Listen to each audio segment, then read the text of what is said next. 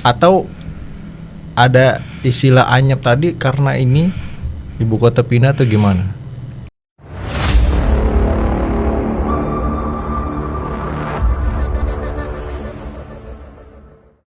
Kan kemarin tuh lu bilang tuh di grup tuh. Grup. Jadi kita punya grup nih, judulnya grup yang enggak ada elunya gitu. Judul grupnya grup yang nggak ada elunya. Sama, gue juga bikin grup yang nggak ada lu berdua. Sendiri dong. Grup keluarga gue. Gue juga ada kayak itu. Ya tentang pilkada tahun ini ya 2024 ini. Iya. Ada yang bilang anyep lah gitu kan. Iya. Kayak lesu lah gitu. Gimana menurut lo? Bana dulu deh, abis ini Kujai. Gue waktu kemarin debat pilkada, nggak tahu gue ada debat pilkada.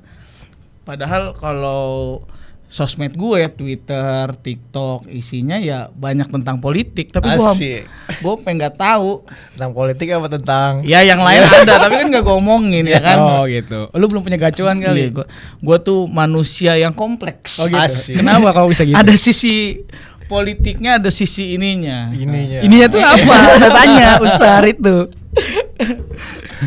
Iya. Jadi gitu. Gue paginya lewat tuh cuplikan debat pilkada. Gue kaget lah. Tadi malam debat. Terus gue lihat di TikTok juga potongan-potongan kan, kalau dulu kemarin pilpres kan, habis debat potongan FYP tuh muncul. Prabowo nangis, ya kan? 11 dari 100. Iya. Itu yang mengantarkan Prabowo jadi presiden. Betul. Kalau kata Prabowo, itu doang ya. Nilai itulah yang menjadikan saya. Di Twitter biasanya rame, ya kan? Kemarin anyep. Nah, faktornya apa menurut lo? Menurut gue ya salah satunya itu nggak bisa ada 2 event besar, event nasional dalam 1 tahun menurut gua. Energi masyarakat udah habis gitu, udah malas lah. Udah malas ya. Iya. Event nasional bukannya ada ya yang Paulus datang ke Indonesia? Event politik ya, pemilu gitu. Jadi, event buat semua. Maksudnya mungkin nggak bisa dibarengin pilkada dengan pilpres atau pileg gitu ya. Kemarin kan enggak, pisah. Iya. Bahkan nama Pilgub 2016 ya masih. Iya. Momentumnya kalau kata gue sih ini ya itu tadi dibarengin satu blok tahun ini gitu kan. Jadi orang juga kaget gitu loh. Nggak cuman anak-anak mudanya juga kan kaget. Ya orang-orang yang senior juga pasti kaget kayak gitu. Iya. Politisinya juga ya. Iya. Gitu. Ngap-ngapan gitu ya. Tapi kayaknya kalau misalnya kata-kata anyep itu kayaknya cuman beberapa orang deh kan. Iya. Termasuk lu kayaknya nih. Kayaknya kalau orang yang benar-benar melek politik itu pasti akan ngikutin walaupun gak ada eventnya. Iya, kan kelihatan di misalnya ya FYP TikTok penontonnya kan kelihatan. Di Pilpres kemarin sampai jutaan yang nonton. Coba lu lihat kemarin potongan Pilgub debat Pilgub DKI kemarin. Pilgub kemarin. Iya, lu lihat yang FYP paling gede berapa? Iya. Trending Twitter itu kan biasanya malam itu langsung muncul. Tapi kayaknya FYP tuh kemarin tuh yang apa tuh? Yang COVID. Oh iya, yang debat. Itu apa, calon gubernur yang sering dicengin anak-anak itu bisa jadi cagup ya. Anak mana dulu? Iya, lu mah anak-anak konspirasi. Asik. Jadi ada konspirasi yang tercipta ya pas ketika debat kemarin ya. Gila. Tapi sebenarnya nih kalau itu sebenarnya konspirasinya nyambung sama konspirasi PDD itu. PDD ya kan. Iya. Ah, jangan-jangan itu berita pilkada ketutup sama PDD. Iya, jadi apa jangan-jangan PDD nyeting ini semua ya. Beyonce dan Jay-Z. Lu udah masuk teori konspirasi lah gitu. Gimana nih kalau menurut lu ya dengan situasi yang sekarang gini? Karena menurut gue ya di Pilpres kemarin aja kayaknya untuk anak-anak muda itu kurang terlibat aktif gitu. Selain yang di sosial media ya. Nah, kalau di pilkada ini gimana tuh? tongkrongan juga kayaknya jarang ya. Iya, ngebahas. anyep gue bilang. Karena mungkin ya perseteruan 2016 ya Ahok Anies itu kan Iya, benar-benar panas. panas ketemu. Seru. Ahok Prabowo Anies. Sekarang kan perseteruannya relatif nggak sekeras kemarin 2016 2019. Dan Pilkada Jakarta itu selalu unik ya. Maksudnya 2012 Ngasih kejutan lah ya. iya, biasanya. 2012 tiba-tiba Jokowi jadi. Padahal dulu Voke itu kan didukung sama Banyak partai ya. semua partai. Kecuali PKS sama PDI ya. Survei juga dulu hampir semua menangin Voke. Bahkan Voke itu tagline-nya nomor 1 untuk 1 putaran. Iya. Sama nih. Ridwan Kamil nomor 1 ya. Nomor 1 juga. Lu nggak pakai itu Ridwan Kamil untuk nomor 1 untuk 1 putaran. Iya. Ya gitu, Ridho 1 putaran gitu. Iya, terus 2016 yang tadinya Ahok di atas angin tiba-tiba ada kasus Al-Maida Iya. yang merubah konstelasi. Jadi menurut gua Pilkada DKI sih tetap seru ya, selalu ada kejutan-kejutan ya yang nanti akan merubah konstelasi politik nasional. Tapi sejauh ini kalau menurut lu gimana nih? Kayaknya ada kejutan nggak nanti ke depan? Atau emang udah terprediksi nih kayaknya ya bakal gini-gini aja nih? Ya pasti kalau peluang menang semua pengamat politik ya pasti prediksi ya RK lah. Nah, Iya. kita masuk ke Dari bab hasil survei itu ya. Iya. Hasil survei kan kayaknya hampir semua lembaga survei itu di atas 40% ya. Ridwan Kamil, Suswono. Kayak gitu. Nah, itu gimana tuh kira-kira? survei ini kan modal awal RK Pak kan besar ya, sumber daya yang dimiliki RK besar. Pertama dukungan politik besar, logistik Ya, ya karena partainya yang partainya terlibat banyak, mungkin iya, besar. logistiknya mungkin besar. Jadi mungkin banyak ini apa? Oh, gue punya segini nih, patungan. Jadi besar kan? Ah, sepik.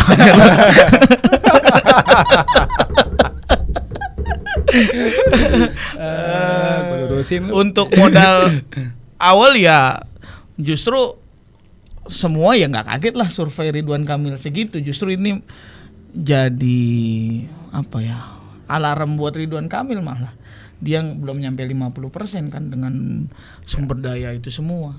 Iya. Tapi menurut gue bagus ya modal awal gitu kan. Kenapa? Karena ya ini kan apa hasil dari kemarin-kemarin Ridwan Kamil gitu kan. Dari apa pengalamannya gitu kan sampai akhirnya pada titik sekarang gitu. Itu kan juga modal awal gitu, di mana Ridwan Kamil ini kan juga orang Bandung atau orang Jawa Barat ya, di luar Jakarta kan. Itu juga udah modal besar gitu, mempunyai elektabilitas yang segitu tuh menurut gue udah oke gitu kan. Dengan orang yang di luar Jakarta tuh udah oke banget gitu kan. Dan saingannya juga oke gitu kan. Sama kayak misalnya Mas Pram dan Rano Karno itu juga oke gitu. Mereka kan juga berkontestasi nggak di Jakarta kan, tapi punya modal masing-masing ya segitu. Jadi ini adalah masa kampanye yang dimana ya adu gagasan gitu loh. Bagaimana caranya lu bisa apa ngegait masyarakat di Jakarta gitu. Menurut gua gitu sih. Tapi lu percaya nggak, masih percaya di Jakarta ini adu gagasan itu penting? Lu masih percaya nggak? Gua masih percaya karena beberapa orang di Jakarta atau masyarakat Jakarta tuh udah melek politik secara keseluruhan ya. Jadi masih mampu untuk adu gagasan ya. Lu Bang? Masih percaya karena gini, dari gagasan itu tapi tergantung gimana si kandidat ini menyampaikannya gitu ya. Kalau misalnya nih yang gue lihat Bang Ridwan Kamil itu kan dari pengalaman waktu di Jawa Barat tuh gagasannya berbagai macam lah, kreativitas dia mengelola kota gitu kan ditampilkan, kemudian dipublikasikan gitu kan. Nah, sedangkan di Jakarta sendiri kan kita lihat banyak dinamika yang anak muda terlibat langsung di dalamnya, kreativitas mungkin nggak terkait langsung dengan politik, kayak misalnya dulu ada apa Citayam Fashion Week kayak gitu-gitu kan. Jadi Jakarta emang ternyata ya perlu gebrakan kayak gitu, misal dari segi tata kotanya gitu kan, pengelolaan warganya segala macem. Jadi feeling gue sih masih bisa. Kalau gue sih ya mungkin butuh survei juga ya, setengah-setengah lah ya, ada setengah yang rasional, yang ngelihat calon itu dari program, gagasan dan sebagainya, track record. Ada yang kelihatannya rasional padahal nggak rasional, ya cuman ngelihat di luarnya aja, di kulitnya aja. Banyak salah paham terutama di grup-grup WA keluarga. Ya kan? Yang nggak ada lunya. Ada juga, dan sebagian besar juga kata gua masyarakat nggak tahu mau milih siapa. Nah, akhirnya keputusan dia milih siapa itu yang paling asik Menurut pesannya dia. untuk mereka gitu. Nah, itu Pesan kampanyenya itu paling nyampe buat mereka gitu. Itu bukan gagasan namanya. Menurut gua enggak ya, itu gaya aja gitu. Gayanya itu nyambung dengan mereka gitu. Kadang gagasannya nggak nyambung, gayanya nyambung gitu. Makanya kemarin Pilpres itu kan ada Prabowo, gemoy apa segala macam. Itu menurut gua pengaruhnya besar juga gitu. Dan itu nanti yang jadi bisa mempengaruhi konstelasi. Asik. Itu kan masuk strategi juga dong. Salah satunya misalnya Viking the Jack, wah itu bisa dimainkan pasti isu itu. Nah, tapi kalau nggak salah kemarin gue lihat hasil survei dari Instrat apa ya itu yang ternyata nggak begitu besar tuh pengaruh Itu Viking the Jack. Cuma di bawah 10% ya kalau nggak salah aja ya. Iya. Jadi nggak begitu pengaruh gitu. Pengaruh tapi nggak besar. Nggak signifikan. Artinya memang ya itu tadi ya, di Jakarta tuh menurut gue udah melek politik gitu loh. Lu butuh gagasan yang dijual gitu kepada masyarakat gitu kan. Jadi kalau untuk cuman gaya-gayaan gitu kan itu juga perlu, tapi kan tetap aja kita semuanya itu butuh gagasan. Berarti menurut lu penting dong debat kandidat. Penting. Karena di situ momennya adu gagasan. Iya, ya kan, ngejual apa yang lu punya ya kan, dan apa yang lu bisa, ya udah dijual. Berarti kemarin lu nonton debat Gua kandidat? nonton. Bana nggak nonton? Gua nggak nonton. Lu bilang gue nonton Dharma Pangerakan COVID. Oh gitu. COVID. Tapi gue salut sih sama 3 pasangan ini ya. Artinya mereka punya power masing-masing gitu loh. Nah kalau ini ngaruh nggak sih kan ibu kota pindah nih kan ke IKN tuh. Itu pengaruh di kan tiap pilkada Jakarta kan selalu menarik gitu, skalanya nasional gitu. Partai-partai pun yang sibuk tingkat DPP-nya gitu. Nah ketika ibu kota pindah, menurut lu kira-kira kehebohan ini gitu, dinamika politik yang sebegitu hebatnya di Jakarta bakalan berkurang apa enggak? Atau ada istilah anyep tadi karena ini ibu kota pindah atau gimana? Menurut gue Jakarta kan jadi Jakarta ya, magnetnya itu kuat gitu. Iya. Terlepas dari ibu kota atau bukan. Ya. Jakarta tetap jadi sentral. Oke. Apa jangan-jangan IKN kata orang Jakarta pergi dah lu. Tapi kalau menurut gua akan ada perubahan besar sih ya. Kenapa? Karena dari padatnya penduduk yang ada di Jakarta itu kan beragam orang-orangnya ya. Sehingga ketika ibu kota itu pindah, maka orang yang ada di dalamnya itu yang beragam itu pasti akan berpindah juga dong. Enggak, kata gue nggak ngaruh sih. Jakarta kan tetap jadi kota yang paling sibuk gitu di Indonesia. Oh, berarti pusat ekonomi di sini. Iya. kegiatan semua di sini nggak akan tergantikan. Iya, tapi tetap ya kalau gua kontak Bana podcast berangkat lah Berangkat. asik ya. Tapi nanti Jadi nggak sibuk-sibuk amat Nggak gitu. sibuk-sibuk amat, kecuali gue ya Jakarta sibuk gue nggak. tapi nanti kalau misalnya artis tuh Kayak nggak ada di sosmed tuh Jakarta jahat, cuma ibu yang baik. Iya. Oke. Tapi kalau menurut lu gimana bang? Lu sendiri anggap kalau misalnya Jakarta nggak ibu kota tuh kayak gimana? Iya, sepakat sih sama Bana ya. Tentang kesehariannya Jakarta akan tetap jadi Jakarta gitu. Nah, terkait dengan tadi justru pertanyaan gue, dinamika politiknya gue belum bisa ada bayangan nih. Mungkin kayaknya nggak ngaruh juga sih. Gitu. Karena juga kan kita belum tahu juga aktivitas di sana nanti sepeninggalnya ibu kota gitu berangkat dari Jakarta ke IKN itu akan seperti apa gitu. Kan so far juga kan pemerintahan masih berjalan di sini kan, walaupun secara Bertahap. undang-undang udah Iya. pindah gitu, tapi Nanti IKN ada pilgubnya juga ya, pilgub IKN ya.